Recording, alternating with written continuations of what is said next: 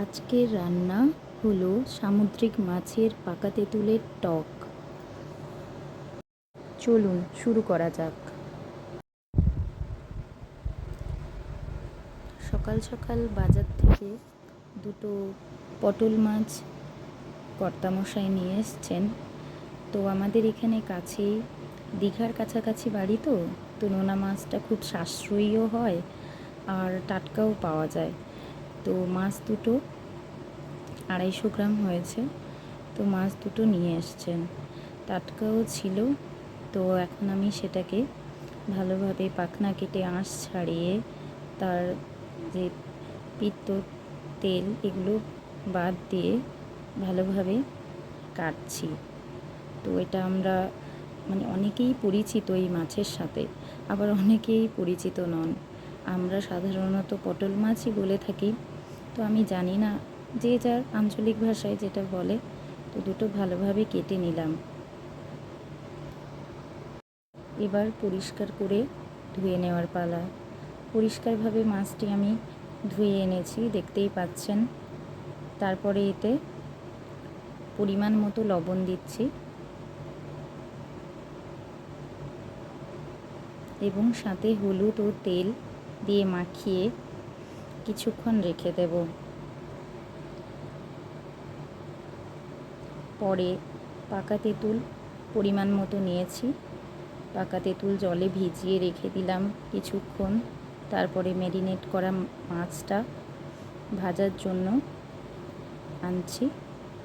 তো তার আগে আমরা তেঁতুলটা মাখিয়ে তার নির্যাসটা বের করে নেব এবং যেটা বাকি অংশটুকু আমরা ছেঁকে ফেলে দেব। কড়াই তেল দিলাম। তেলটা গরম হবে।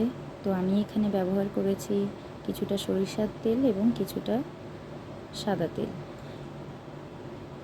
এরপর তেলটা ভালোভাবে গরম হয়ে এলে মাছগুলো ছেড়ে দেব। মাছগুলো যদি আমরা তেলটা গরম ঠিকঠাক না হয়ে ছাড়ি তো ভেঙে যাওয়ার সম্ভাবনা থাকে, তার জন্য একটু এটা লক্ষ্য রাখা উচিত। তো এবার মাছগুলিকে খুব বেশিও ভাজবো না, টকের মাছ বেশি এতটা ভাজা হয় না, হালকা ব্রাউন কালারে থাকবে, ভেজে তুলে রাখবো।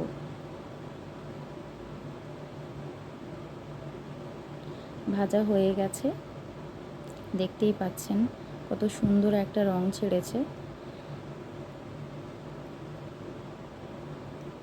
পটল মাছটা অনেকটা তেলও ছেড়েছে। এবার সেই তেলে আমরা ফোড়ন দেব, শুকনো লঙ্কা, 5 ফোড়ন ও কালো সরিষা। ওটা দেখুন ব্রাউন কালার হয়ে গেছে। এবার তেঁতুলের ওই নির্যাসটা দিয়ে দেব। পরিমাণ মতো দিতে হবে, একটু বেশি, কারণ তেঁতুলের টক, পাকা তেঁতুলের টক একটু বেশি ফোটালে ওর স্বাদটা একটু বাড়ে। মা কাকিমার কাছ থেকে শোনা যদিও।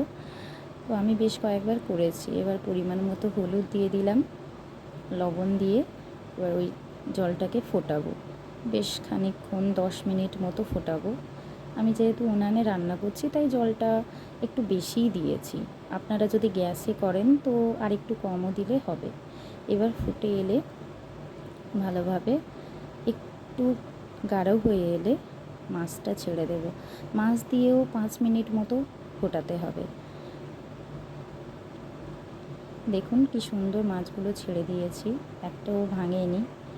তারপরে টকটা ফুটে এলে একটু ঠিক থাকবে, একটু ঘন থাকবে, কারণ পাকা তেঁতুলের টক তো বেশি পাতলা হলেও স্বাদটা ভালো লাগে না।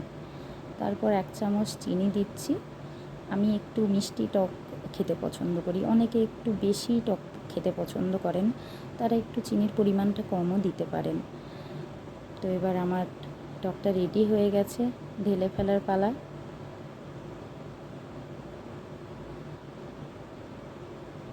এবার টকটা ঢেলে নিয়েছি আমি পাত্রে। দেখতেই পাচ্ছেন কত সুন্দর একটা রং ছেড়েছে এবং না বেশি ঘন না বেশি পাতলা। আর স্বাদটা তো জানার জন্য আপনাদের বাড়িতে বানিয়ে দেখতে হবে। দেখতেই পাচ্ছেন ওই জুসটা বেশি পাতলাও হয়নি, বেশি ঘনও হয়নি, এরকম থাকলেই স্বাদটা মোটামুটি ভালোই আসবে। যারা টক খেতে ভালোবাসেন, টক প্রেমী যারা বলা যায়, টক ছাড়া ভাত খেতে পারেন না, একবার অন্তত বাড়িতে ট্রাই করে দেখতে পারেন। কথা দিচ্ছি খেতে পারবেন, ভালোও লাগবে। ধন্যবাদ আমার ভিডিওটি এতক্ষণ দেখার জন্য।